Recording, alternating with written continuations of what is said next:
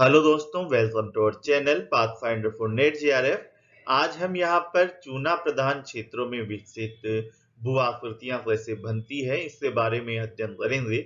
इसे फ्रास्ट स्थलाकृतियां भी कहा जाता है। पिछले लेक्चर में जो नदी निर्मित भू आकृतियों के बारे में पढ़ा था, उसमें 5 क्वेश्चन सॉल्व करे थे। 4 का आंसर वहीं पे बताया था। एक क्वेश्चन सॉल्व करना था, वो था नदी कौन सी अवस्था में या किस अवस्था में जलप्रपात है वो बनाती है, युवावस्था, प्रौढ़ावस्था, वृद्धावस्था या सभी में। तो आंसर होगा ए, युवावस्था में नदी द्वारा जलप्रपात बनाया जाता है। जब लंबवत अपरदन ज्यादा होता है, नदी का स्पीड है वो तेज होती है, ऐसी स्थिति में युवावस्था में जलप्रपात का निर्माण होता है। जलप्रपात से रिलेटेड एक क्वेश्चन है, वो प्रैक्टिकल में आता है। जब आपने जलप्रपात की आकृति है वो ऐसी होती है, तो प्रैक्टिकल में पूछा जाता है जो उच्चावच रेखा है, समान उच्चावच वाली रेखाएं हैं। जैसे एक रेखा है 1000 मीटर वाली और एक है 700 मीटर वाली। तो 1000 मीटर वाली लाइन ऐसे जा रही है और 700 मीटर वाली लाइन ऐसे जा रही है, पर दोनों एक ही जगह पर मिलती है। तो जब यहां पर ये मिल रही है, जिस स्थान पर ये दोनों लाइनें मिल रही है, उस लाइन को उस स्थान पर कौन सी भू आकृति बनेगी ये बताना होता है। तो उसमें 4 ऑप्शन होते हैं। एक होता है जलप्रपात, तो जलप्रपात आंसर सही हो जाएगा। वैसे जैसे माने कि जलप्रपात का जो ऊपरी क्षेत्र है वो 1000 मीटर वाला है और नीचे वाली है वो 700 मीटर की है, पर दोनों एक ही स्थान पर स्थित है। इसी स्थान पर 1000 मीटर की ऊंचाई है, इसी स्थान पर 700 मीटर की। तो यहाँ पर जब डायग्राम या मानचित्र में दोनों समान उच्चावच वाली रेखाएं मिलती है, तो उस स्थान पर जलप्रपात वाली आकृति हो सकती है। तो ऐसा अनुमान लगाया जाता है। तो आंसर हो जाएगा जलप्रपात। तो आज का हमारा टॉपिक है चूना प्रधान क्षेत्रों में विकसित भू आकृतियां। इन्हें बनने के लिए कौन कौन सी दशाएं आवश्यक होती है, कंपल्सरी कौन कौन सी चीजें हैं ऐसी जिनके द्वारा जिन क्षेत्रों में है ये चीजें पाई जाने पर चूना प्रधान स्थलाकृतियां विकसित होती है। तो वो है कि जो क्षेत्र हो उसमें जिप्सम, डोलाइन, चौक आदि जो चूना प्रधान चट्टाने हैं वो उस क्षेत्र में पाई जाए और उनकी पाए जाने पर वो 500 से 1000 मीटर की मोटाई में भी होनी चाहिए। साथ ही साथ संधियां होनी चाहिए और वर्षा भी उस क्षेत्र में होनी चाहिए। वर्षा होने से क्या होता है, वातावरण में जो CO2 है, कार्बन डाइऑक्साइड है, जब वो वर्षा से जल से क्रिया करते हैं, दोनों मिलते हैं तो कार्बनिक अम्ल बनाते हैं। और ये अम्ल जब चूना प्रधान चट्टानों पे पड़ता है तो अपक्षय की प्रक्रिया होती है और अनेक प्रकार की आकृतियां बनती है। यह नाम जो चूना प्रधान क्षेत्रों में राष्ट्र नाम दिया गया है वो एड्रियाटिक सागर के पास स्थित यूगोस्लाविया जो क्षेत्र है उसमें राष्ट्र क्षेत्र स्थित है, जिसके नाम पर यह नाम दिया गया है। ये स्थलाकृतियां यूगोस्लाविया, यूएसए, अमेरिका में वर्जीनिया और टेनेसी, भारत में बिहार में रोहतास पठार में गुप्त धाम 15 स्थित है, मध्य प्रदेश से पंचमढ़ी और बस्तर जिले देहरादून के पास सहस्त्रधारा क्षेत्र में ये स्थलाकृतियां देखने को मिलती है। तो ध्यान रखना है, चूना प्रधान क्षेत्रों में जिप्सम, डोलाइन, चौक आदि जो चूना प्रधान चट्टाने हैं वो मिलनी चाहिए। साथ ही साथ वो 500 से 1000 मीटर की ऊंचाई होनी चाहिए, उनकी मोटी होनी चाहिए और वर्षा होनी चाहिए। वर्षा होगी, CO2 से मिलेंगे तो कार्बनिक अम्ल बनेगा और जब अम्ल चूना पर गिरेगा जो क्षार है तो वो अपक्षय की प्रक्रिया होती है, रासायनिक प्रक्रिया होती है जिससे आकृतियां बनती है। चूना प्रधान क्षेत्रों में 4 तरह से अपरदन कार्य होता है, घुलन क्रिया या संक्षारण, यानी चूना पानी के अंदर घुल जाता है या रसायन के अंदर घुल जाता है और वहां से नई आकृतियां बनती है। जलवृत्ति क्रिया, यानी चूना प्रधान क्षेत्रों में कंकड़ पत्थर द्वारा जो नदी का क्षेत्र आता है उसमें जलवृत्ति क्रिया द्वारा बनती है। अपघर्षण और सन्निघर्षण द्वारा, ये सब डिटेल में पिछले 2 या 3 लेक्चर में कंटिन्यू समझाते आ रहा हूं, तो आप इन चीजों को पिछले लेक्चर में देखें। नहीं समझ में आता है तो मुझे कमेंट में जरूर बताएं। अब चलते हैं अपर्दनात्मक स्थलाकृतियां, यानी अपर्दन से कौन सी स्थलाकृतियां बनती है। आपको ये ध्यान में रखना है कौन सी स्थलाकृति अपर्दन से है, कौन सी निक्षेपण से है, क्योंकि एग्जाम में क्वेश्चन पूछा जाता है निम्न में से कौन सी अपर्दनात्मक स्थलाकृतियां नहीं है। 3 सही होगा, 1 गलत होगा। तो आपको पता होना चाहिए, उसमें मिक्स भी कर देता है, नदी, चूना और पवन सारे मिक्स होकर फिर भी दे देता है। तो अच्छे से ध्यान रखना है कौन सी अपर्दनात्मक है और कौन सी नहीं है। अब आते हैं लेपीज। पहली अपर्दनात्मक स्थलाकृति है जब चूना प्रधान क्षेत्रों में जो वर्षा का जल है, जैसे चूना की चट्टान है, इसमें वर्षा का जल जब आता है, गिरता है, तो उसमें क्या है वो इकट्ठा होता है अनेक जगहों पर संधियों के अंदर, और उससे घुलन क्रिया होती है, उसमें वो घुल जाता है चूना और उसके साथ वो बह जाता है, जिससे फंगीनुमा विषम आकृति या गहरी संकरी नालियों का समरूप एक आकृति बनती है, जिसे लेपीज कहा जाता है। ये डायग्राम में आप देख सकते हो, नालियां बनी हुई है, यहाँ पे छोटी संकरी नालियां बनी हुई है, ऐसी भी होती है, तो इन्हें लेपीज कहा जाता है। जब ऐसी आकृति बनी होती है जो फंगीनुमा हो, उसे लेपीज कहा जाता है। इन्हें अवकुट भी कहते हैं। जर्मनी में इन्हें लेपीज को क्वेरेन कहा जाता है, इंग्लैंड में क्लिंट और सर्बिया में बोगाज कहा जाता है। सेकंड आकृति है वो है घोल रंध्र या सिंक होल। जब वर्षा होती है चूना प्रधान क्षेत्रों में, जैसा आपने यहाँ पे देखा है, तो वर्षा का जल एकत्रित हो जाता है, इस जगह पर इकट्ठा हो जाता है और वहां पर विलयन क्रिया द्वारा एक छिद्र का निर्माण होता है, जिसे घोल रंध्र कहा जाता है। सामान्यतः ये क्रीपनुमा होता है, यानी ऊपर से चौड़ा नीचे से सकरा, ऐसा क्रीपनुमा होता है सामान्यतः। और घोल रंध्र की गहराई कुछ फीट या 100 मीटर तक हो सकती है। सतह से नीचे निर्मित रिक्त स्थान के कारण सतह के कुछ भाग से नीचे ये जब धस जाते हैं, घोल रंध्र नीचे धस जाते हैं, तो इन्हें ध्वस्त रंध्र भी कहा जाता है। थर्ड है विलयन रंध्र। विलयन रंध्र होते हैं जब 2 या 2 से ज्यादा या अनेक प्रकार से घोल रंध्र मिलकर बड़े आकार से हो जाते हैं, तो उसे विलयन रंध्र कहा जाता है। ये बेलनाकार होते हैं, बेलन से समान आकृति से होते हैं। डोलाइन होता है जब अनेक प्रकार से विलयन रंध्र मिलकर आकार में वृद्धि करते हैं, तो उसे डोलाइन कहा जाता है। ये विलयन रंध्रों का विस्तारित रूप होता है। तो ये डोलाइन ऐसे होते हैं, समझ गए। तो घोल रंध्र छोटा, फिर उससे बड़ा विलयन रंध्र, विलयन रंध्र से बड़ा डोलाइन। जब डोलाइन से बड़ा यानी डोलाइन बड़े बड़े होकर मिलते हैं, तो उसे युवाला कहा जाता है। ये युवाला हो गया, ये डोलाइन छोटे रूप का हो गया। तो असंख्य घोल रंध्र आपस में मिलकर युवाला का निर्माण करते हैं, यानी घोल रंध्र छोटा इतना सा, विलयन रंध्र इतना, फिर डोलाइन है वो इतना बड़ा और युवाला है वो इतना बड़ा। आकृति की समानता है छोटे से लेकर बड़े के रूप में। जो युवाला है उसे सकुंड भी कहा जाता है। फिर आता है पोलजे। पोलजे को कहा जाता है राजकुंड, इसे राजकुंड भी कहा जाता है। अब विलयन रंध्र, घोल रंध्र, फिर विलयन रंध्र, फिर डोलाइन, फिर युवाला और अब है पोलजे।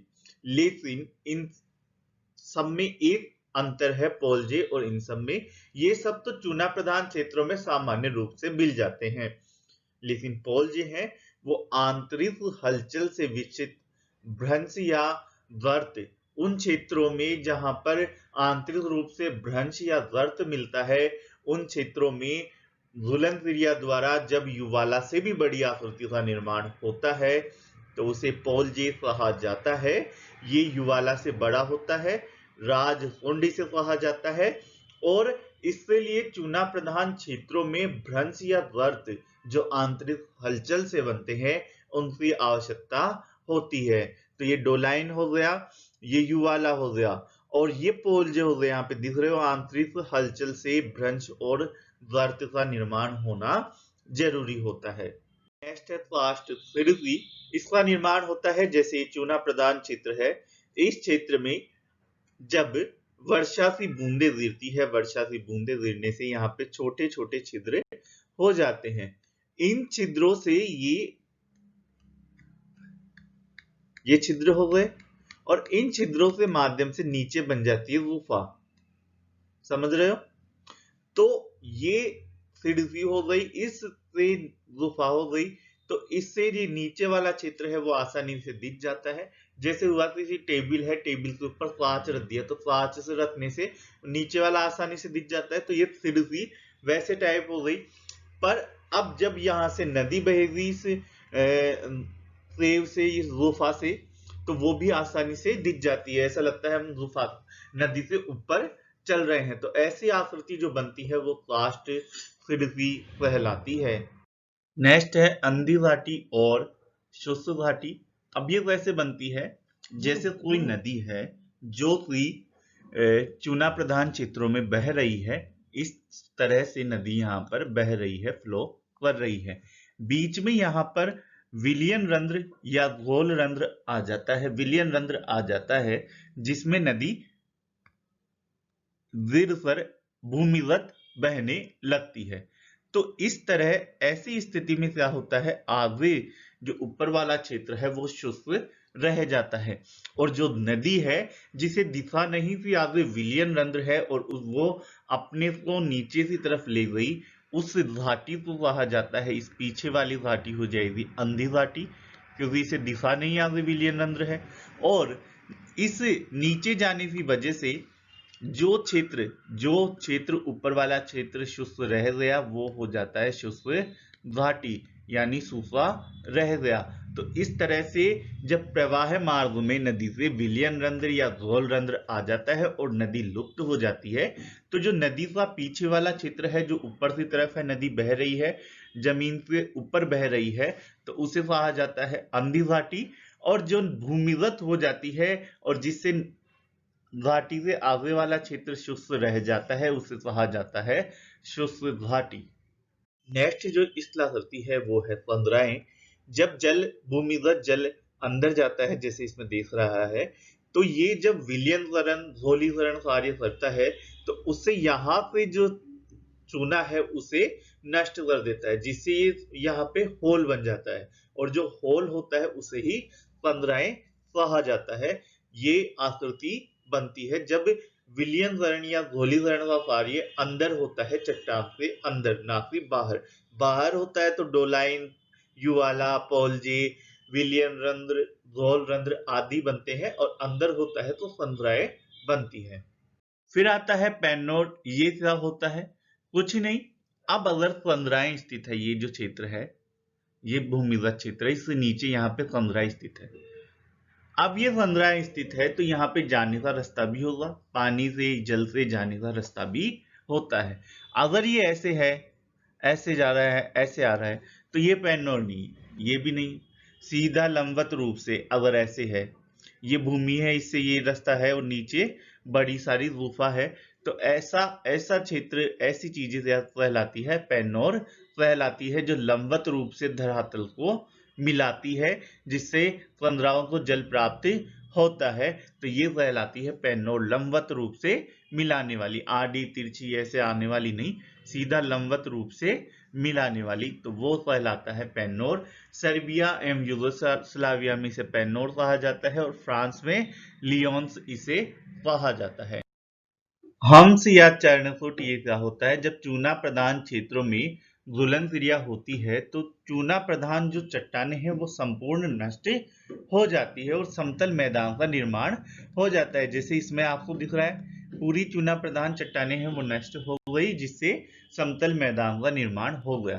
परंतु फिर भी कहीं कहीं पर क्या होता है, चट्टानों के अवशेष मिलते हैं, जैसे ये चट्टानों का अवशेष है। तो इस तरह का जो अवशेष है उसे हम्स कहा जाता है। ये क्या हो गया, जैसे मोनोडनाक हो गया, जैसे नदी अपर्दन में मोनोडनाक बचता है ना लास्ट में, तो उससे समान ही ये एक कठोर चट्टान होती है। फ्रांस और यूगोस्लाविया में इन्हें हम्स कहा जाता है। प्यूर्टो और मध्य अमेरिका में हैशटेग और क्यूबा में मेजार्स इन्हें कहा जाता है। अब है टेरा रोसा। टेरा रोसा होता है कास्ट क्षेत्रों में जब भूलन क्रिया से उपरांत जब चूने से अवशेष मिट्टी में मिल जाते हैं, तो इस तरह की मिट्टी भी है और चूना भी है। इस तरह का जो आकृति या भूदृश्य जब बनता है जहां पे चूना और मिट्टी दोनों एक दूसरे में मिले हुए मिलते हैं, ऐसी इस स्थलाकृति को टेरा रोसा कहा जाता है। ये ध्यान रखना है, टेरा रोसा होता है मिट्टी और चूना जब दोनों आपस में मिले हुए किसी क्षेत्र में पाए जाते हैं तो उसे कहा जाता है टेरा रोसा। अब आते हैं हम कास्ट प्रदेश में निक्षेपण से बनी आकृतियां यानी चूना प्रधान क्षेत्रों में निक्षेपण से जो आकृतियां बनी हैं उनके ऊपर। पहला है ट्रेवर्टाइन।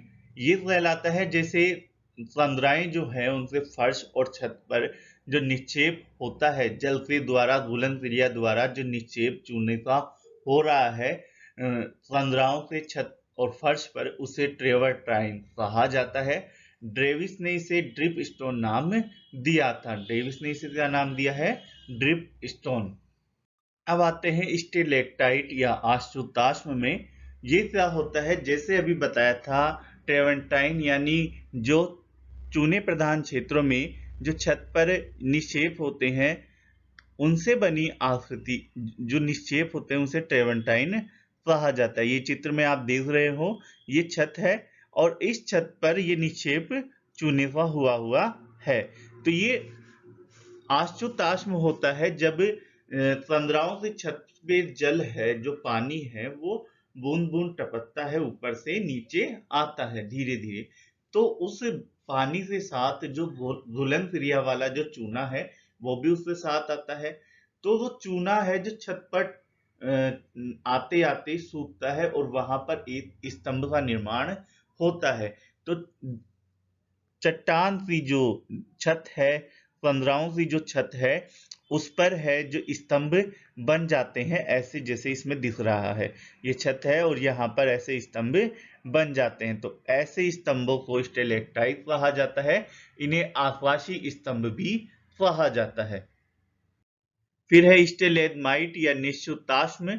ये क्या होता है? जब ये स्तंभ बना, आकाशीय स्तंभ या स्टेलेक्टाइट बना, तो उससे जो जल है वो छत से नीचे भी टपकता है और वहां से क्या होता है, यहां पर भी स्तंभ ऊपर की ओर बढ़ने लगता है। तो उससे जो ये नीचे का है वो स्टेलेग्माइट और स्टेलेक्टाइट है, वो ऊपर वाला स्तंभ बनता है। जो नीचे फर्श से नीचे से ऊपर जा रहा है तो वो हो जाता है निश्चुताश्म स्टेलेग्माइट, और जो छत से नीचे आ रहा है स्तंभ वो हो जाता है आश्चुताश्म स्टेलेक्टाइट। ये अच्छे से याद रखना, एग्जाम में पूछा जाता है। स्टेलेक्टाइट यानी ऊपर से नीचे आ रहा है, छत से नीचे की ओर स्तंभ बढ़ रहा है। स्टेलेग्माइट यानी फर्श से ऊपर की ओर छत की ओर स्तंभ है वो जा रहा है। इसे पाताली स्तंभ कहा जाता है, ये भी ध्यान रखना। नेक्स्ट जो आकृति है वो है 15 स्तंभ। ये जब बनता है ये है स्टेलेक्टाइट, ये है स्टेलेग्माइट। जब ये दोनों मिल जाएंगे तो उस स्थिति में ये जो स्तंभ बनेगा, जो पिलर बनेगा, जैसा प्रतीत होता है कि 15 की छत को संभाले हुए अपने ऊपर, तो ऐसी आकृति कहलाती है 15 स्तंभ। ये स्टेलेक्टाइट और स्टेलेग्माइट दोनों के मिलने से बनती है ये आकृति। जियोड। जियोड क्या होता है? चट्टानों की जो संधियां होती है जहां पे छोटी जगह होती है, बहुत कम जगह होती है, वहां पर सिलिकाओं का निक्षेप होता है। सिलिका का निक्षेप होता है, उससे जियोड कहा जाता है। सिलिका अलग होता है, मिट्टी अलग होता है, ये ध्यान रखना। मोस्टली लोग सिलिका को मिट्टी से ही जोड़ लेते हैं। मिट्टी में सिलिका पाई जाती है, ज्यादा मात्रा में पाई जाती है, लेकिन सिलिका अलग है और मिट्टी अलग है। तो सिलिकाओं का जो निक्षेप होता है उसे जियोड कहा जाता है। ये गोलाकार या अंडाकार आकृति में पाए जाते हैं और इनसे जो बड़े आकार होते हैं सिलिकाओं के निक्षेप से, उन्हें वत्स व वैस कहा जाता है। ये देखो, ये ऐसे प्रकार से निक्षेप पाए जाते हैं, अंडाकार गोलाकार निक्षेप ये पाए जाते हैं। नेक्स्ट है संश्लेषण। ये क्या होता है, जब घुलन क्रिया द्वारा जब जीवावशेष होते हैं या वनस्पति से अवशेष होते हैं, वो जब चूना प्रधान क्षेत्रों में चूने से, चट्टान से या चूने से, घोल से लिपट जाते हैं, उसमें संरक्षित हो जाते हैं, ये एक तरह से जीवावशेष होते हैं, वो जो कि चूना प्रधान क्षेत्रों में पाए जाते हैं, जैसा आपने इसमें देखा। तो ऐसी आकृति जो होती है वो संग्रथन कहलाती है।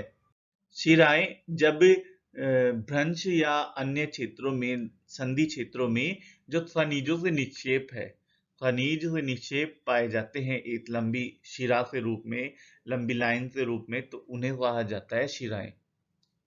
राष्ट्र प्रदेश की आर्थिक विशेषताएं। राष्ट्र प्रदेश में आर्थिक विशेषताओं के रूप में यह है कि यहाँ पे बंजर भूमि पाई जाती है, तो यहाँ पे कुछ वनस्पतियों का अभाव भी रहता है। राष्ट्र प्रदेशों में खनिजों के रूप में शीशा भी पाया जाता है। जो बताए ना, शिराओं के रूप में जो खनिज पाए जाते हैं, तो वो अब जैसे लोहा है, ये है, तो वो तो चट्टान के रूप में पाया जाएगा, शिराओं के रूप में थोड़ी पाया जाएगा। तो जो अधात्विक खनिज होते हैं जैसे सीसा, अभ्रक, ये क्या होते हैं, एक शिराओं के रूप में चट्टानों के बीच बीच में पाए जाते हैं। तो ऐसे खनिज चूना प्रधान क्षेत्रों में पाए जाते हैं। सीमेंट और भवन निर्माण की जो सामग्री होती है, उनके निर्माण के रूप में चूना पत्थर का प्रयोग होता है। सीमेंट में भी होता है, भवन निर्माण की अन्य जो सामग्रियां हैं उनमें भी चूना पत्थर का उपयोग होता है। तो रियल एस्टेट इंडस्ट्री के लिए ये क्षेत्र, चूना प्रधान क्षेत्र, बहुत इंपॉर्टेंट है। जल राशि है वो भी इन क्षेत्रों में एकत्रित होती है। हालांकि बंजर होते हैं, जल का अभाव होता है, परंतु जो नदियां हैं जो भूमिगत बहती है, जो गुफाएं हैं जो जल से भरी रहती है अंदर की तरफ, ऊपर पानी का अभाव कम रहता है क्योंकि विलियन रंध्र, घोल रंध्र से अंधी घाटी का निर्माण होता है। तो इस वजह से यहाँ पर अंदर ये बड़ी मात्रा में इनमें जल राशि का स्टोर भी पाया जाता है। इससे रिलेटेड कुछ क्वेश्चन देख लेते हैं।